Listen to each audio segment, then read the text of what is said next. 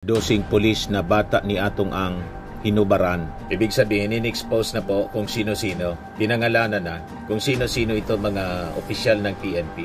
At sabi nga natin mga kababayan, dito ninyo, yung mga sako na nakukuha po na may laman ng buto, suspected to be skeletal remains ng mga missing sabongeros, pinapalabas ng mga DDS planted, pinagdududaan, ini-smear po ng mga DDS vloggers.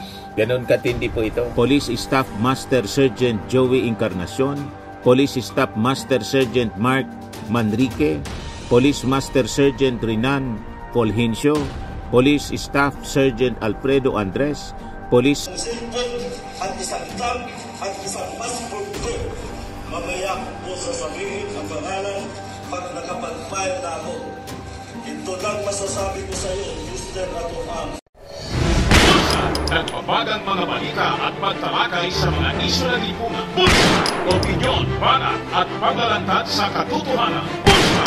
What you see is what you get. You decide. Ito po mga kababayan, si Dante Maravillas. Dito muna tayo sa ating podcast, Live with Dante M, kung saan sinusubaybayan natin yung buhay ng mga kapamilya ng mga missing sabongeros. And this time mga kababayan, nagpakilala na mismo, nilantad na ni Julie Dondon Patidongan yung kanyang identity, in-expose na niya yung kanyang mukha at pinangalanan na niya kung sino yung mga police officials kasama yung isang general mga kababayan na sabi niya sangkot dito sa missing sabongeros.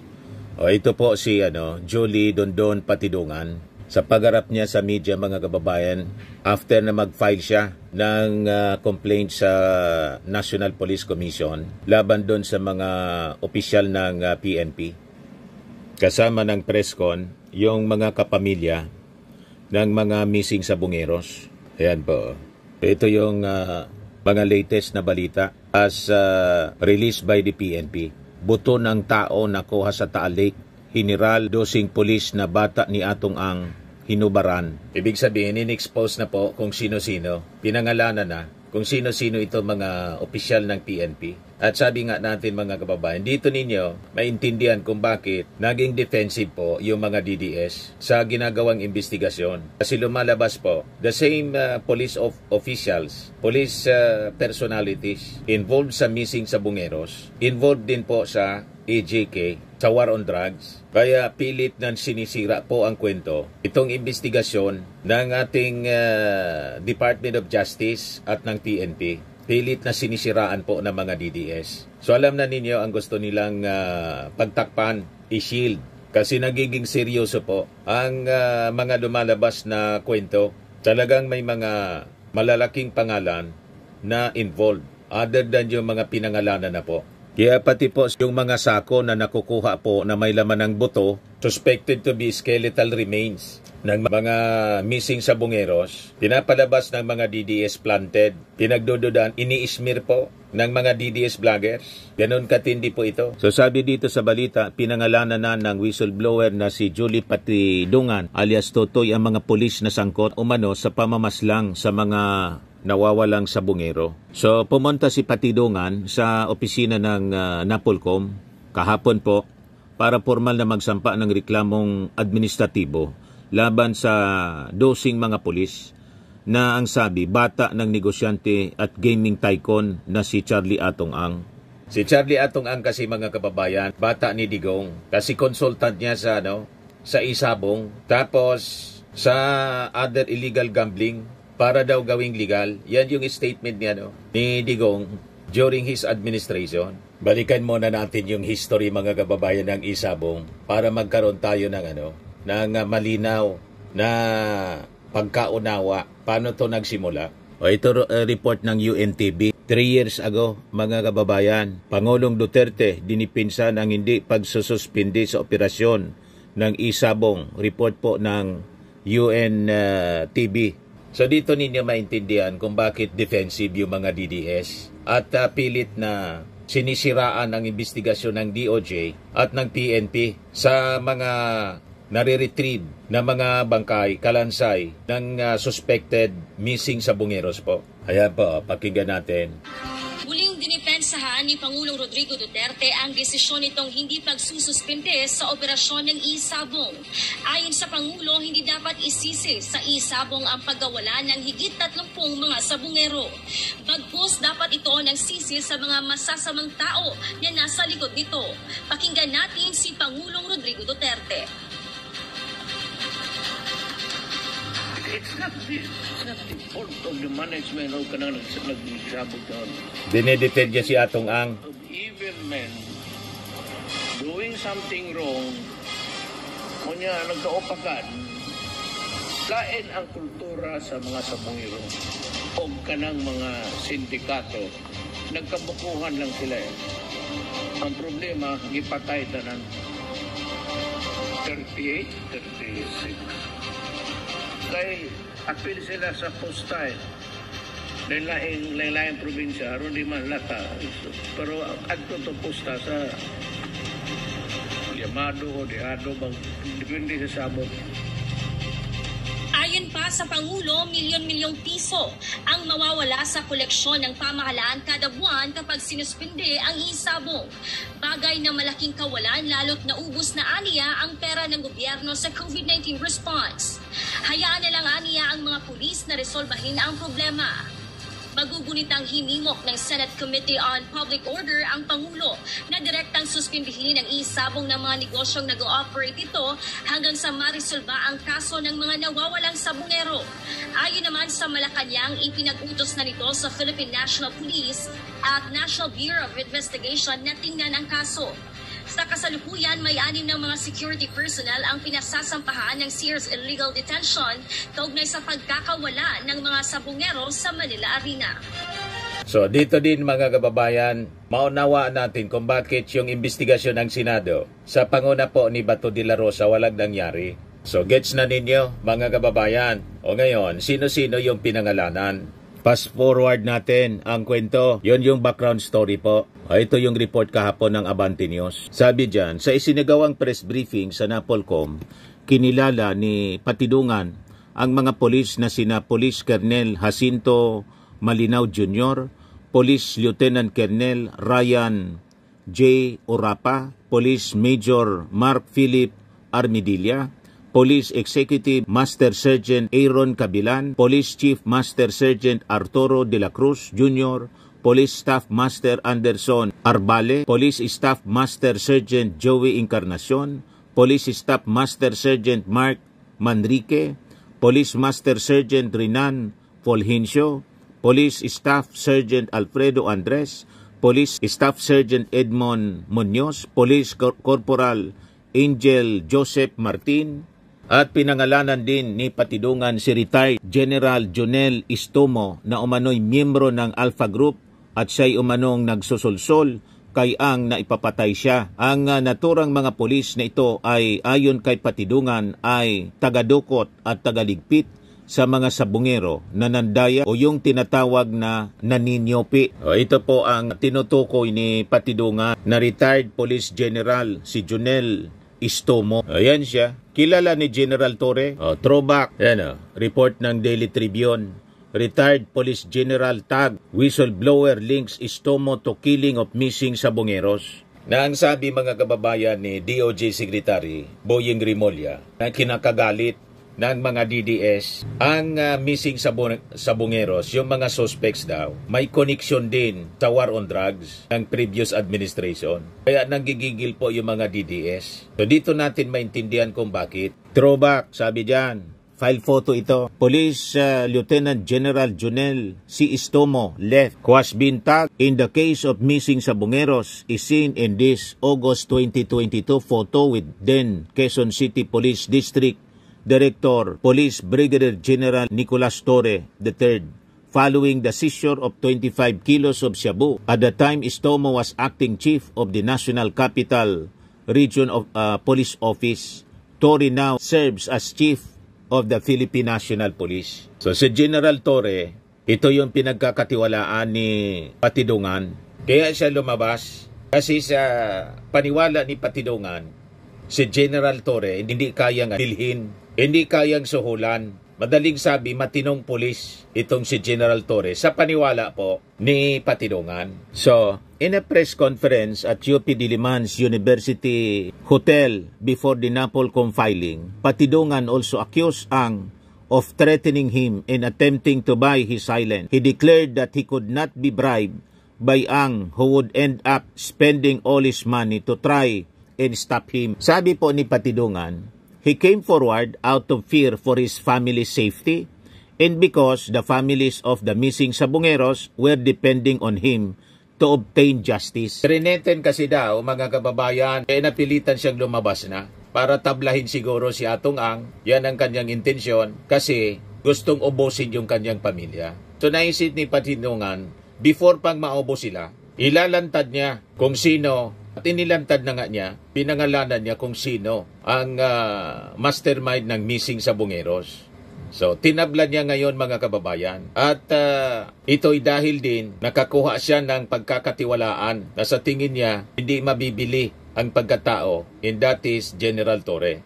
So sabi po dito, at the NAPOLCOM briefing, Patidongan reiterated that Istomo was part of Ang's inner circle and was consulted on major decisions involving the online sabong operation. He alleged that the Sabongeros were murdered by rogue police officers working for an online cockfighting syndicate after they were accused of match fixing. Neither Istomo nor Ang has responded to the allegations. Itong si Istomo, member ng Philippine Military Academy Tanglao, Diwa Class of 1992, was born in Tagbilaran City sa Bohol on November 25, 1968, known for his operational experience in Luzon and Mindanao. He has held several PNP posts across the country. In 2009, he was recognized for heading the Pangasinan CIDT that was named Best Provincial Unit during the PNP CIDG's 56th founding anniversary. He rose to become commander of the Area Police Command, Southern Luzon in 2024 before retiring. Nasayang mga kababayan. Pero sabi nga natin, ito mga suspects pa man lang po, including Ang. So, until proven guilty beyond reasonable doubt, ang tingin ng batas sa kanila are still innocent. So, lagi natin yan pong nililinaw sa ating mga broadcast. Yun ang dapat na trato natin sa mga suspects. So during a 2022 Senate hearing, then NCRPO Regional Drug Enforcement Unit Chief Orapa was questioned about his ties to Ang. Senator Ronald Bato de la Rosa revealed that Orapa's wife was allegedly a shareholder in POV Security Agency Incorporated, which had contracts with Ang's Pitmaster Group. NAPOLCOM Vice Chairperson and Executive Officer Rafael Vicente Calinisan said that 12 officers will be placed under preventive suspension while administrative charges are being evaluated. So, kung walang nangyari po sa Senate investigation, alam na ninyo po, so far siguro, with all these developments, kung bakit nagkaganon. Walang naging resolusyon. And this time, nadumulog na sa present administration kasi walang nangyari sa previous administration sa missing Sabongeros.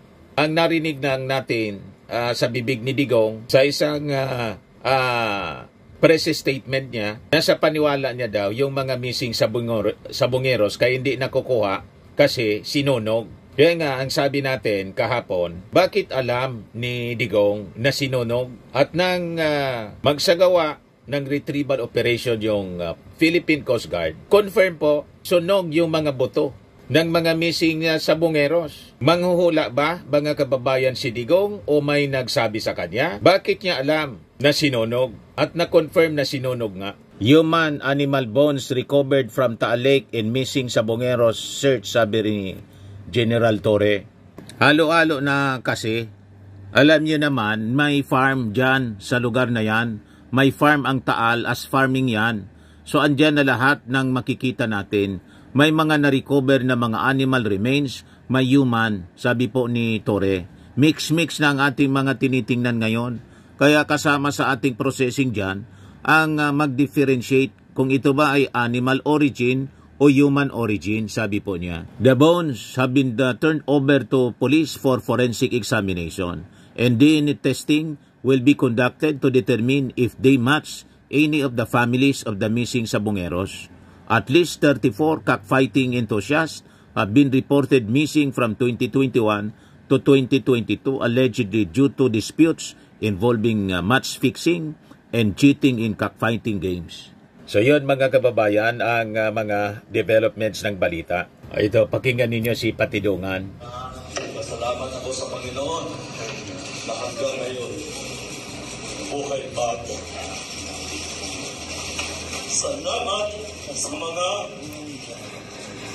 kamag-anak na nandito ngayon, lalo na sa social media, sa ating mahal na Pangulo, sa SOJ, Crispin Bermulia, sir, sa ating PNPC, na siya ang nagpalakas loob para ako lumantad. Dahil alam ko, siya lang yung tao na hindi kayang bayaran ni Mr. Atungan. Una, hindi hihingi ako sa inyo ng pasensya at hindi ako magtagal dito dahil alam ko ang mga demonyo katulad ni Mr. Atungan, may mga tao na siyang pinapasundan ako. Mayroong isang kernel dyan na kumuha ng 12 kong cellphone at isang tab at isang passport ko. Mamaya po sasabihin ang pangalan pag nakapag-file na ako. Ito lang masasabi ko sa iyo, Mr. Atungan. Hindi mo ako kayang bayaran ng pera mo. Ubusin mo yan, kakagastos lahat ng koneksyon mo. Pero ito ang masakit para sa akin dahil hindi ako maglakas loob ng ganito kung hindi mo uubusin buong pamilya ko.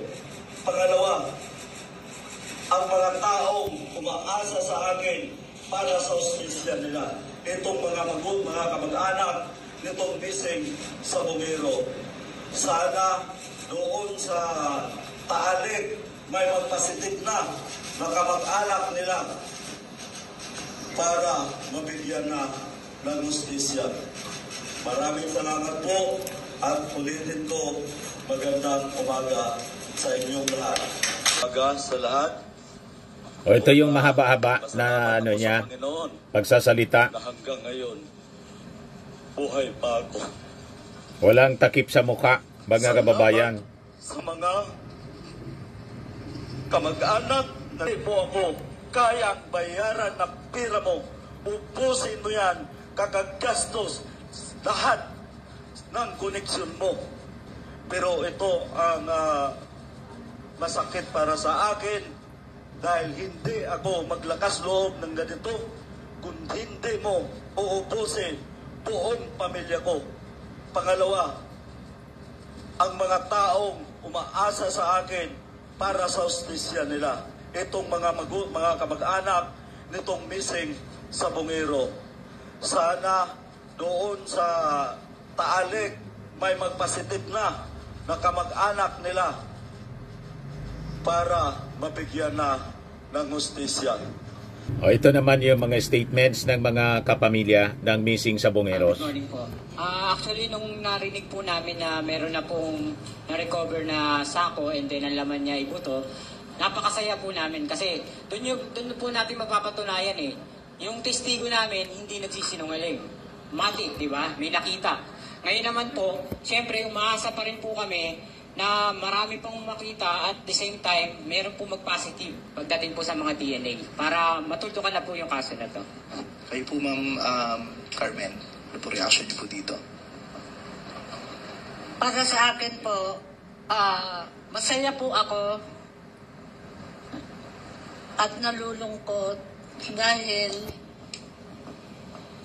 sa tagal po ng ilang taon na paghahanap po namin sa mga mahal namin sa buhay, ngayon po nagkaroon na po ng linaw at pag-asa. Mula nung lumitaw si alias Totoy, napatunayan namin na totoo yung mga sinalaysay niya na pangyayari sa mga mahal namin sa buhay. At sana ito na yung pagkakataon na makamit na namin ang hustisya para sa aming mga mahal sa buhay.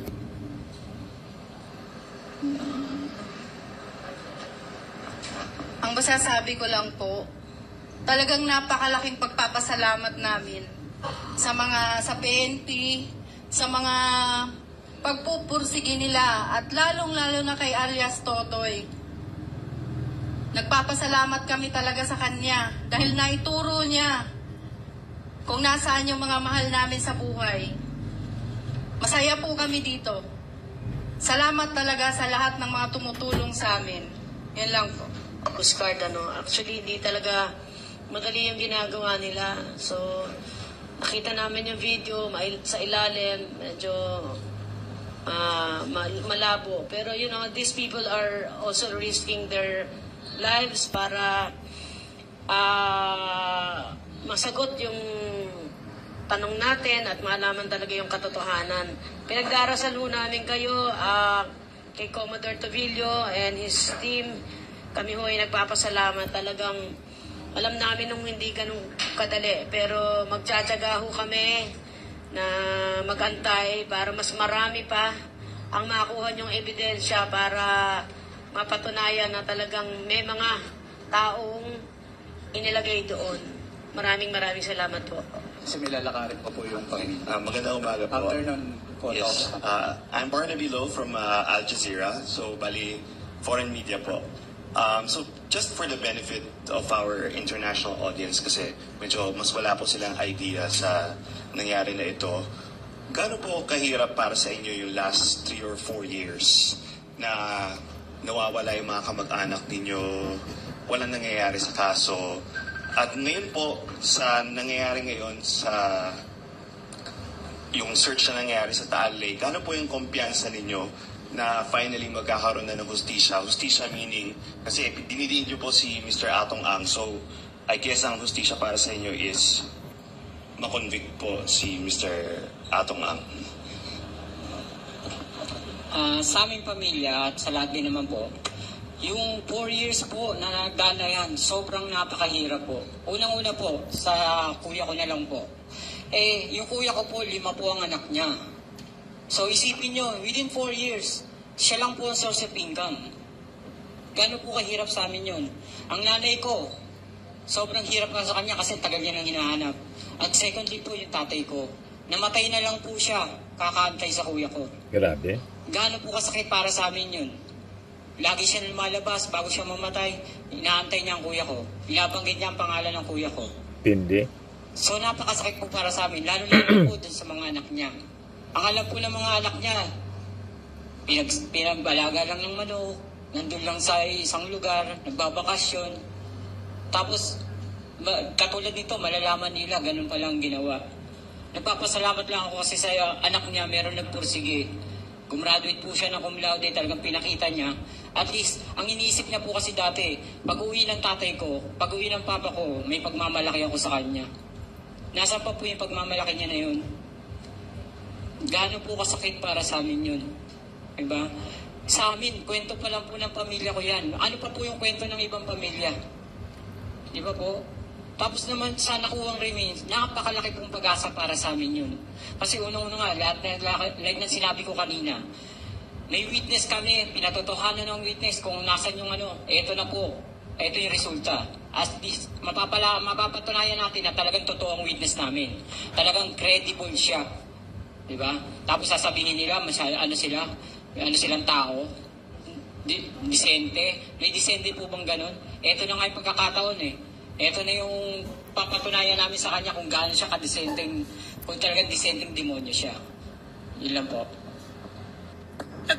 Yung 4 years na pinagdaanan namin hindi madali kasi lahat ng sinusumbungan namin, lahat yung binababoy yung investigasyon. Nililito kami, binigyan kami ng mga... Alam na kung bakit. Pinipilit kami kasuhan yung mga may-ari ng ibang sasakyan na parehong plate numbers. Papupuntahin kami sa police station, pakikita sa amin na full battle gear sila at sasabihin sa amin na, nakita nyo, nagtatrabaho kami, Di ba? Kasi may nakita kami, nagpiping yung cellphone ng kapatid mo, dito yan. Sige kako, tignan ko po kung meron kayong magandang balita. Mag-aantay ka kinabukasan pero hindi magte-text sa'yo. So, alam mo yun, wala kang mangyayari. Punta kami ng NBI, sabi namin minsan, paano kaya to? Magme-media po kami. Kaya, sasabihin sa'yo yung taga-NBI, ba't pa kayo magme-media? Baka may kasalanan yung kapatid nyo. Baka nangyari niya, dinala lahat kasabwat, sinunog. Naririnig yun ng nanay ko. Napapaiyak kami kasi sabi namin, saan tayo pupunta? PNP, NBI. Diba? Saan pupunta? Saan ka magsusumbong? Bukod sa Diyos na siya lamang ang kinapitan namin. Hindi nga namin next. So, ganon din mga kababayan. Kasi sabi ni DOJ Secretary Boying Rimulya, the same people, personalities, involved sa missing sa Bungeros, involved din sa war on drugs. Yung sa EJK. So, hindi natin masisisi kung bakit yung mga victims ng EJK noong previous administration, hindi nagkaso rito. Nag-file sila ng kaso sa ICC. Kasi, because of that bad experiences nila, wala silang mapuntahan. Tulad nito nga missing sa Bungeros. So yun, mga kababayan, ang nakakalungkot. Kaya ngayon lang nagkaroon ng progress. Kasi bagong administrasyon na po. Expect itong si Dondon Patidongan Alam na namin siya even before na right hand talaga. Pero hindi namin alam. Talagang si Lord talagang mabuti. Binigyan kami ng tamang witness. Talagang binigyan kami ng isang matinding witness na matinding pasabog na nakakaalam ng likom ng bituka niya at 10 namang kasamahan niya. Kaya kami, talagang mahirap yung pinagdaanan pero hindi pa rin kami sumuko Maraming attempt, bayaran kami, maraming parinig, maraming ganun. Yung bayad niya, kahit bigyan niya kami ng 1 bilyon, bukas na mabubuhay yung kapatid namin. Hindi naman, di ba? So yung sinasabi niyang nandaya, mabalik tayo sa nandaya para yung negosyo niya ay mas malaki pang kinita niya. Napala niya ngayon, di ba't mas malaki gastos niya kasi andyan. Maglalagay na naman. Alam naman natin yung kalakaran niya kasi na-experience namin Di ba? So alam mo yun, baliwala yun Baliwala yung naging idea niya. Maganda na sana yung negosyo niya. Pero umabuso Alam mo ang tao, pag umaabuso, pag sobra sa lahat, nagse-self-destruct. Ayun ang nangyari kay Atong Ang. Di ba? Gano'n naman yung iba So ngayon, nandito kami. Kung sana hindi niya ginawa, wala sana lahat tayo pare-pareho dito. Imagine, at saka hindi ako naniniwalang 15 pulis lang at yung mga cohorts nila. Ito lang ang gumimbal sa Pilipinas? Maniniwala ba kayong 15 lang to? At walang boss yan? At walang boss, ng assistant to the assistant? Kalokohan, di ba? Nakaunti lang sila. Ang daming pinatay, 108 Si Dondo na nagsabi Di ba? Maaaring hindi niya ma-recall lahat, pero alam niya yon. Kasi he was there Kaya imposible. Ngayon, yung pinagdadaanan namin talagang hindi madali. Tinatanong kami, kung natatakot kami, bakit kami matatakot? Hindi kami natatakot sa inyo at sa lahat. Kasi kayo gumawa sa amin ng ganitong kasamaan Kayo ang matakot. Pero ang problema, hindi na kayo natatakot sa Panginoon Diba? Kung sinasabi mong disente ka, siguro mas disente kami sa inyo. Nagkukubli lang kayo sa magagandang gamit nyo, sa magagandang sasakyan, sa yaman nyo, pero bulok ang pagkatao nyo. So tumapang na sila mga kababayan, tulad ng testigo na si Patidongan, tumapang na siya, do or die, kasi wala patay na yung kanilang mga mahal sa buhay. Si Patidongan, trineten yung kanyang buong pamilya na uubusin sila. So, walang choice kundi lumantad mga kababayan para tablahin yung mastermind. So ano yung lesson nito? Tulad ng sinabi po ng Mrs. na kanina nagsasalita, umabosoan niya kaya nag-self-destruct. O ngayon, ito i-share ko sa inyong kwento mula sa Politico News. Ang sabi rito, si Atong Ang daw nag-offer ng donation, campaign donation kay BBM nung tumatakbo ito na presidente. Pero ni-reject thanks but no bets. Marcos reportedly rejected campaign donations from Atong Ang. Ano yung possible reason, mga kababayan? Siguro, siyempre, matalino yung ating Pangulong Bongbong Marcos. At sa tagal niya sa politika, kilala niya kung sino yung mga tao na dapat niyang iwasan. So, nagets ninyo? Kasi, that is the usual yung ginagawa ng mga involved sa, alam na ninyo, dumikit sa mga powerful people. Lalo doon sa mga tingin nila mananalo. So, possibly yun ang rason. Pero kilala ni BBM kung sino-sino sila. That could be the reason, mga kababayan, kung bakit ni-reject. Analysis man lang po natin. Yan ang sabi rito. According to an scooper familiar with the matter, Ang allegedly attempted to contribute to Marcos' presidential campaign in 2022. But the offer was declined outright. At the time, Ang was said to be a latecomer among political donors, having initially favored then Davao City Mayor Sara Duterte to make her own bid for presidency. Pero tingnan ninyo, kung isipin, katandem si Sara Duterte. Pero despite that, nang mag-slide si Sara to run for Vice President, then Atong Ang na ang preference niya si Sara, gustong dumikit sa ating Pangulo, nag-decline pa rin. Nakita ninyo? So may something talaga po, malalim ang batayan ng ating Pangulong Bongbong Marcos sa pagtanggap kahit ng tulong sa kahit kanino. Pinipili pa rin niya. Yes, sabi dito sa kwento. Instead, Duterte became Marcos' running mate, referring to Sara, and both went on to win by a landslide. In 2024, Ang reportedly made another offer, this time to support the alyansa para sa bagong Pilipinas senatorial slate, which is backed by Marcos. The second offer was also rejected, according to the scooper. Ang is currently at the center of a high-profile controversy involving the alleged abduction and killing of over 30 Sabongeros. He has denied all accusations, saying he is being targeted by former associates. So, with these stories, mga kababayan, piling up about the missing Sabongeros, maintindihan na natin kung bakit umaatake po yung mga DDS. Pilit na sinisiraan ang investigasyon, mga kababayan, na ginagawa ng DOJ, ng PNP. At minamindset na tayo, ang direksyon na niyan, isasabit si Digo. Ganun ang linya ng kanilang mga kwento,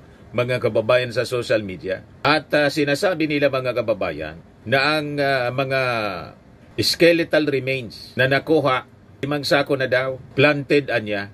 Now you know kung bakit ganon. Yes, sabi ni Riz Gomez Terbio, bright and excellent decision, PBBM.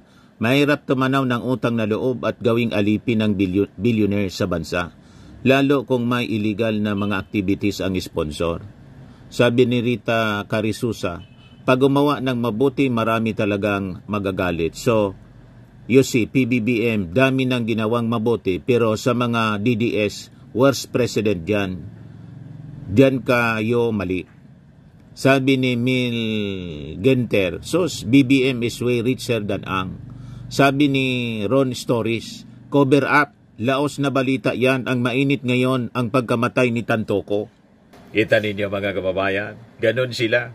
Pilit nilang pinagtatakpan at binabaliktad nila yung mga kwento. Yung mga kwentong marites, yun ang pinapakalat nila para pagtakpan itong mga napaka-seryosong mga kaso, mga pangyayari. So, patuloy nating subaybayan, mga kababayan, itong nakakaawang kwento ng mga pamilya nitong mga missing Sabongeros po. At sana naman, finally, mabigyan ng hustisya ang kanilang pagkamatay po. So makikita ninyo ngayon sa present administration, yung mga unsolved cases, hindi mabigyan ng resolution ng mga kaso noong mga nakaraang taon during the previous administration. Ngayon po, unti-unti na pong nabibigyan ng linaw at malapit na pong makamtan ang hustisya para doon sa mga pamilya ng biktima. Kung hindi pa po kayo nakasubscribe dito sa ating podcast, Life with Dan TM, click subscribe po ninyo and share naman po ninyo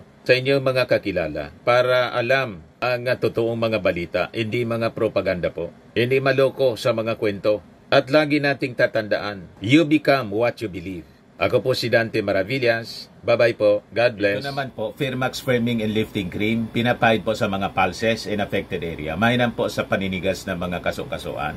Ito naman po, Automax Radiant Serum. Sa mukha naman yung application. Anti-aging po siya. You will look 10 years younger than your age. Sa mga cancer patients naman po, baka lang gusto ninyo itong itry. Neng siya red mixed fruit drink. Hindi mo po siya gamot, food supplement siya. Kaya lang, gawa siya mga kababayan sa goji berry. Yung goji berry may anti-cancer properties. O ngayon, yung mga inquiries ninyo, dumiritso na lang kayo sa aming messenger sa Facebook para masagot namin agad. Ayos pa? Ayos na ayosan niya, Mr. Maravilla. But anyway, ito po pala yung aming bagong product na binibenta online. I am worldwide amazing pure organic barley powdered drink mix from Australia. Negosyo to ng aking anak na architect entrepreneur Riz Maravillas. Ayan po. Kontakin na lang po ninyo siya, Riz Maravillas on Facebook. Ang mga health benefits niya, boost immunity, improves digestion, enhance energy levels, packed with antioxidants, prevent cancer. Sa mga naghanap po ng malinis and spacious fitness gym, pumunta lang po kayo sa aming Colossal Fitness Gym. May Grab car rental din po kami. Ito naman po yung bago naming product na binibenta online. Eye Glow Serum, whitening po siya. Tingnan ninyo yung epekto sa aking anak na architect before and now. Yung mga inquiries po ninyo, dumiretso na lang kayo sa kanyang Facebook account, Riz Maravillas.